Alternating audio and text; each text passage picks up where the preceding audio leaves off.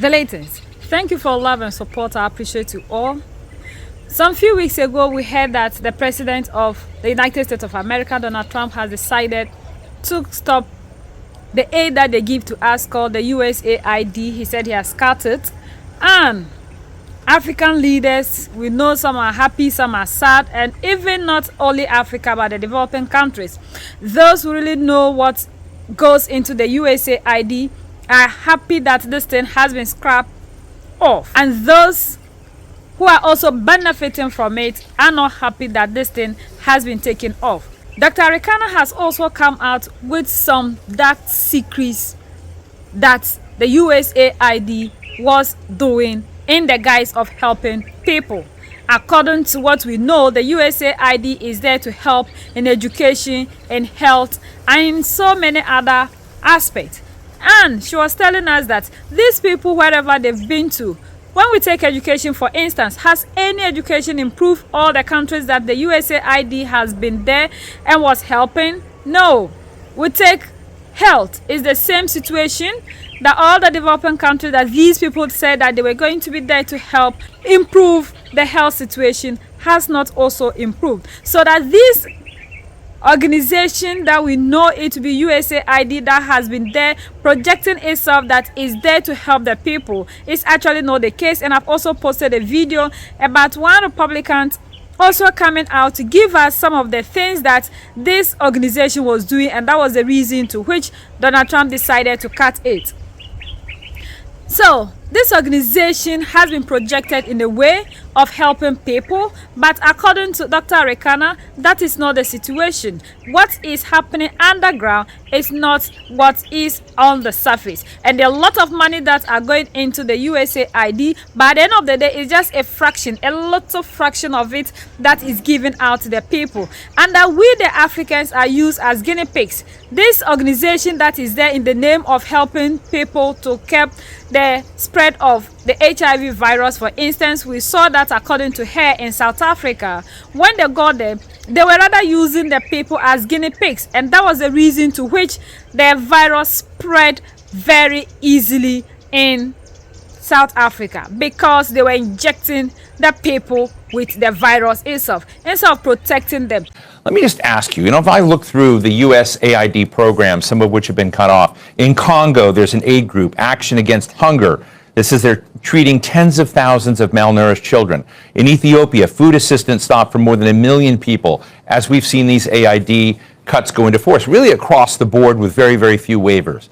How is Africa feeling this moment?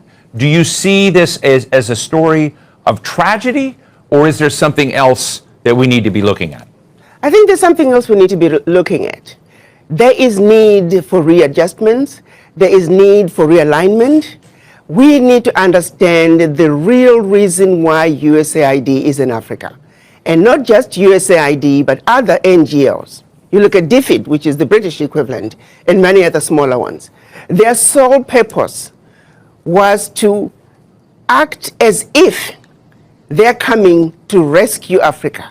They're coming to fill in the gaps in government services, gaps in education, gaps in healthcare, gaps in humanitarian services. They're coming in the guise of addressing issues to do with human rights, issues to do with environmental protection and social justice. They are coming in claiming that they're introducing grassroots initiatives that are going to help the people. And so they use that as a way to go into the most remote parts of Africa. They're talking about government advocacy. When you look at it on paper, it all looks really good. But they're actually wolf in sheep's clothing. They are using that open access sounding humanitarian to constantly destabilize governments. I can tell you right now, the majority of African leaders, and not just African leaders, but leaders in the developing world, are celebrating the exit of USAID. I was listening to a program, I believe it was CNN, and I was jumping up and down. It was a government official from Hungary. He was echoing the same sentiment. He said they are happy USAID is leaving Hungary because they are always supporting opposition.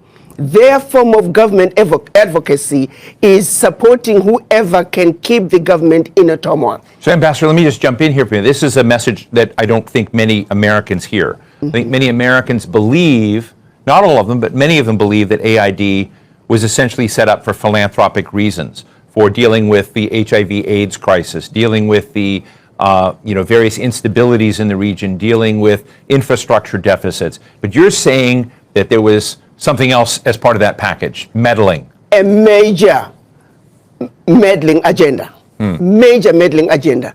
The majority of some of the workers, now the average USAID worker may not realize it, but quite a few of them are also operatives who are underground, and their major agenda is to destabilize governments, destabilize countries. If you think about it, their sole purpose, for example, filling in the gaps in healthcare and education. Where is the change? Show me one country that USAID was in and education improved. Show me what country where USAID was in and healthcare improved. The social services they're bringing, it's peanuts. The American taxpayer needs to know the billions of dollars that are being given to USAID, a fraction is making it to the people. Look, one of the highest profile medicine programs is PEPFAR, which both Republicans and Democrats here in Washington are really having outcries about. It was one of the signature programs of President George W. Bush to try to respond to the HIV/AIDS epidemic in Africa. What's the view on that front? Let's look at what HIV/AIDS was used to do. We know of a program that was run out of South Africa where they actually were injecting people with the virus. The reason some of the AIDS virus spread as rapidly as it did in Southern Africa, there were some very dirty games being played on African people. They were using Africans as guinea pigs for experimental activities. Even when you look at every aspect, they're using us as guinea pigs. Yes, there is some good, a percentage of some good, but not all of it is done with good intentions. You look at agriculture, they're destroying African agriculture by introducing those GMOs. You plant your seed in one season, your soil is finished. We used to have seeds that we can use from one season to the other. The introduction of GMOs through these agencies, USAID is one of them. We are destroying Africa in a massive way. A little good is coming out, but by and large, the end result, they mean no good. They can turn around and give us an inventory and say, as long as you have been in Africa and also other parts of the world, show us your success rate. You claim you're helping governments with education and healthcare. Show us your success rate. But I also turn around and say, African governments, why do you need this little aid to assist you in providing proper health care, proper education? The average African government can afford to provide those services for their people. I happen to have many friends that work for USAID, both in the field but also in Washington.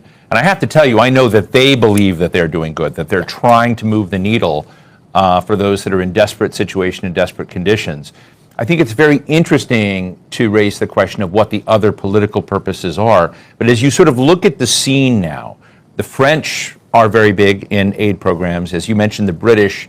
There are also Chinese aid programs. Are all of these programs essentially power plays, and all of them need to be suspended? How do you see some of the other international programs in Africa now? Well, these are all underground covert operations. Why does Africa need them? Why do we need them?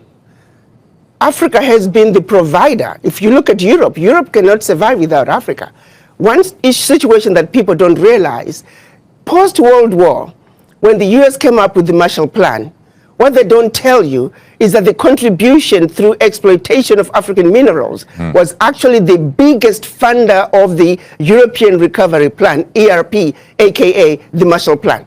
US contributed $13 billion, which is now present day $175 billion, which, by the way, the American taxpayer must be paid back. Nobody's asking for that money back. But what they don't tell you is that Africa, through exploitation of its resources by the Europeans, was actually a much bigger contribution to the European recovery post-World War II. Nobody talks about that. Why does such a continent that did so much to help Europe recover continue to be so poor? Let's be realistic here. Let's not talk about peanuts. Africa does not need the aid.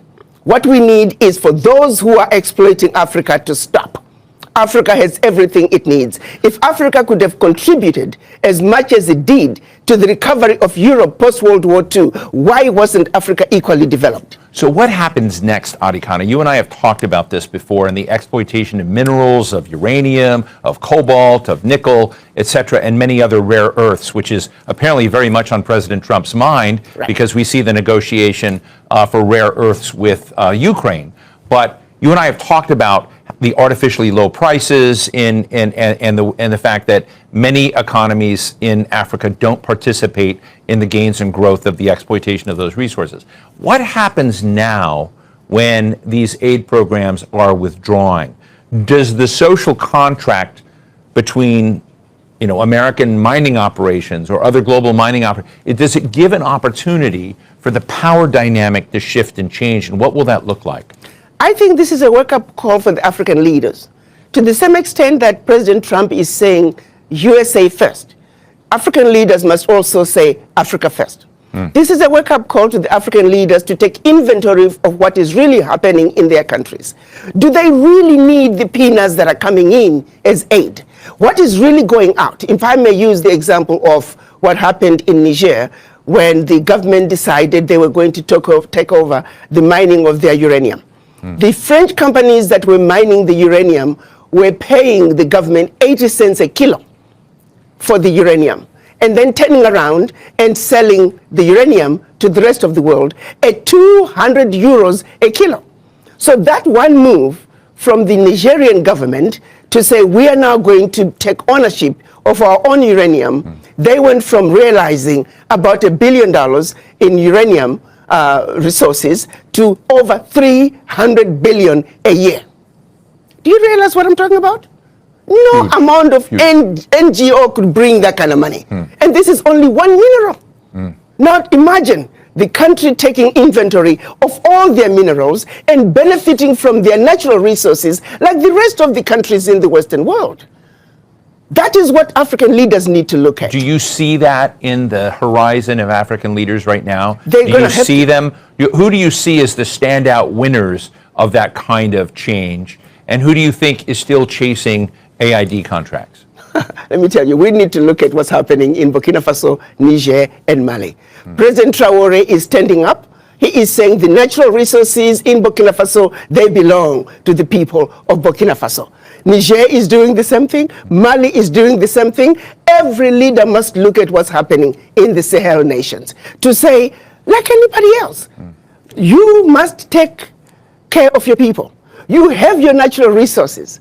You have everything you need to take care of your people. Why do you continue to be beggars? Look at what is being brought in by not only USAID, but all the NGOs in your country. It's peanuts. It's a joke that the African leaders should continue to be beggars of peanuts when you are looking and allowing billions to get out of your country year in and year out, if not trillions, in natural resources that your people should be benefiting from. It is a wake-up call for African leaders to wake up and say, President Trump is saying, US first, America first. You too must say, your country first, because you have everything it takes. It is a joke. It is embarrassing to see I have not seen any African leader cry over USAID living. I can tell you for a fact, the average African leader privately is celebrating the exit of USAID because they know what is really going on. Let me ask you a geopolitical question. And again, you and I have had the opportunity on this show to talk about it before, which is the relationship of the United States broadly with the African continent. Now, I realize the continent has a lot of different nations, different countries that are part of it. But President Trump is not known to care much about Africa. He has talked about it in very derogatory language. His comments about USAID have had nothing to do with Africa. They've had to do with downsizing the scale of government and the perception of corruption and policies that are not consistent with his own. He's not framed any of this in terms of African needs or whatnot. So when you think about that, what do you think is the possibility of changing the dynamics of the relationship between the Trump administration and African leaders when it doesn't seem to be on his radar screen? To be honest with you, why should African leaders care? Why should Trump care about Africa? He shouldn't care about Africa to the same extent that the African leaders really shouldn't care about a relationship either. If the relationship can be worked out, that's wonderful. But if President Trump is saying, I have a mandate from my own people to take care of my people, and I'm doing what I need to do to take care of my people, African leaders need to take that same position. You see, it takes two to tango. If President Trump does not want a relationship with Africa, Africans shouldn't be begging for it. Are you with me? Do you think this will transmit to the way Africa deals with Europe? With France, with Germany? I'm hoping that this will translate into African leaders looking from within, because they don't really need to keep looking outside. They have what it takes. It's a wake-up call, just like what happened during COVID. It was a wake-up call for African leaders to realize that you must begin to look within Africa to take care of yourself. When the chips were down, the world walked away from Africa during COVID. So that's a reality. No supplies were coming to Africa. Africans were not manufacturing anything, and African leaders were forced to look from within. This, I'm hoping, is another wake-up call where African leaders also begin to realize we must look from within. But let me underscore this. The average African leader and majority of leaders of developing world, I can tell you, they are celebrating the exit of USAID, and we hope that there will be exits of many other NGOs that are carrying out nefarious activities in Africa and anywhere else in the developing world in order to further the agendas of their governments, which is to continuously destabilize, divide, and conquer. To be quite candid, Ambassador, much of the world looks at the African continent as a gold mine, as Absolutely. a diamond mine, as Absolutely. a mine for precious materials and resources, which we've talked about. One of those other major powers, rising powers in the world, is China. Yes. China has huge stakes, and there's always been the narrative that America is not doing aid very well in Africa, that China is beating us. Bono would come out and say, hey, in all of the refugee camps and whatnot set up in Africa, even the tents say made in China, even though the United States may be providing the support. Yes. That there's a lot of both criticism and acclaim for the fact that China has been involved in recent decades in helping Africa develop its infrastructure and whatnot, to position itself better in Africa than the United States and maybe Europe have with regards to resource agreements in Africa. So is China the next villain in the story? Well, again, my position is Africans must take a position and protect their turf. China wants to come and exploit Africa, they'll get away with it to the extent that Africans allow them. The United States wants to come and exploit Africa, they'll get away with it to the extent that the Africans will allow them. The question is, does Africa have an African position when they come to the negotiating table with the world? The answer right now is no. Africa must unite. Africa must speak with one voice, and Africa must go to the world stage with one voice, one agenda, one plan that the world will have to respond. But as long as Africa is going to the world as bitty little countries, as Togo, as Eswatini, as Guinea-Bissau, Africa is fighting a losing game. Africa must unite, and Africa must speak with one voice. That is the only way a strong, united Africa can take a rightful place on the world stage and be respected and stop the exploitation. Why is it so hard? I think it's a long history. If you go back to colonization, if you go back to the Christianity and how it was introduced, how we were trained to be subservient. In Africa, the rules of the game were the same. I think that what was done to brainwash black people around the world, long before they even left Africa, we are still suffering from that legacy of colonization, the legacy of slavery, where the people in power, they themselves don't believe they can do it. We still have leaders who believe you can't make it unless you're working with white people. We have individuals who think only something brought in by white people is what's likely to succeed. With that kind of mentality, it is a very difficult battle. Our battle to succeed, to unite as the African continent, it is a battle of the mind. And each and every African must realize that we are defeated where it matters the most, which is the mind. Brainwashed to the core.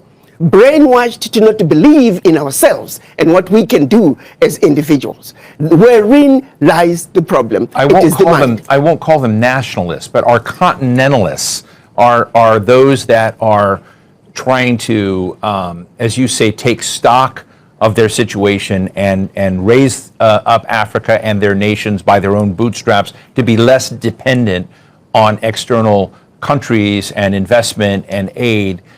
Is that flavor beginning to take hold? Is that sort of leadership being, is it more and more evident, or do you think you have a big lift ahead? I think what's happening in the United States through President Trump is going to make them realize that this is what you need to do. You're going to have to pull yourself up by the bootstraps. President Trump is saying, I have a mandate, America first. So you Africans, are you going to sit back and just wait and see the next move that President Trump is going to make? Or you're going to also say, I have a mandate from my people and I'm going to do what I need to do. Take inventory of what you have in your country. Use it and use it wisely. No more begging. You don't need to have anybody filling the gaps in your educational system. You don't need anybody filling the gaps in your healthcare system. You don't need anybody creating initiatives in the most remote parts of your country because they claim that you, the government, cannot have access to that. How can somebody come from all the way from the United States, all the way from Britain, and access the most remote part of your country that you in your country cannot access? It is the most stupid thing. When you listen to the justifications and the explanations as to why they are there, it's a joke, and this needs to stop. Just finally, Ambassador, when you look at U.S. behavior retracting, we've just got a minute left, but I would love to know from you, what do you think about the UN? What do you think about the International Court of Justice? Because probably the contraction that we're talking about is going to happen in a lot of institutions. Do you worry that Africa will be worse off without those institutions? No, those institutions were created after the Second World War. United Nations, it took 4 weeks to create the United Nations. Why? In order to help the recovery of Europe. The World Bank, the IMF, it took 3 weeks to create them after the Second World War in order to aid in the recovery of Europe from its own self-implosion and destruction. So no. These institutions were not created to benefit the developing world. To the contrary, they were built to steal from the developing world. Their success is based on the failures of the developing nations where they have been stealing from. So no. We must celebrate what President Trump is doing by exiting the United Nations, by exiting the World Health Organization. We need the U.S. to exit the World Trade Organization because they are doing nothing on the African end. They are giving a blind eye to blatant exploitations, unequal, uneven trade policies that are hurting Africa. You take, for example, cocoa. Majority of the cocoa coming out of the world comes from West Africa, and yet it's only recently that African nations were allowed to add value to their cocoa. The World Trade Organizations, we may have a sister in charge. Just there to take whatsoever that we have. They use these peanuts to take a lot. And she's saying that it's high time the American population get to know, because the people in the United States of America sit down and always they think that Africa, we don't have anything to offer ourselves, and the United States of America is the one that is doing everything, giving out aid to people, and people are giving out charity, and that's the misconception that people have. And according to her, we have to really educate these people for them to know the truth and know that all the information they have concerning this USAID that is doing is actually not the case. And not only the people in the United States of America, hadn't been that the Trump decided to cut this USAID, we all know that this is there to help humanity. It is a humanitarian grant that is given to ease whatsoever burden on humanity. But we never knew that the trumu and then you know all the things that the man talked about. The video is there. If you haven't watched it, please go through the videos and have a look at it. So there are a lot of things that these people are using these aids to do in Africa and in the developing countries. According to her, there are some people that are happy that the USAID is cut because these people hide in the shade of this USAID to use your position against you and to do a lot of things. And because everybody wants to keep the position, they have to always dance to the tune of these things that these people are doing. So even if you are not in agreement or you don't like it, but you couldn't come out openly to fight it. So there are a lot of leaders who really knew the actual agenda of the USAID, but because of fear of what these people will do to them, they have to always keep quiet and follow the rule, even though they know. There are some of our leaders in Africa who still speak and say things that, even though the truth has come out, Donald Trump has exposed certain things concerning this USAID, people are still sitting in Africa and expecting that this same thing that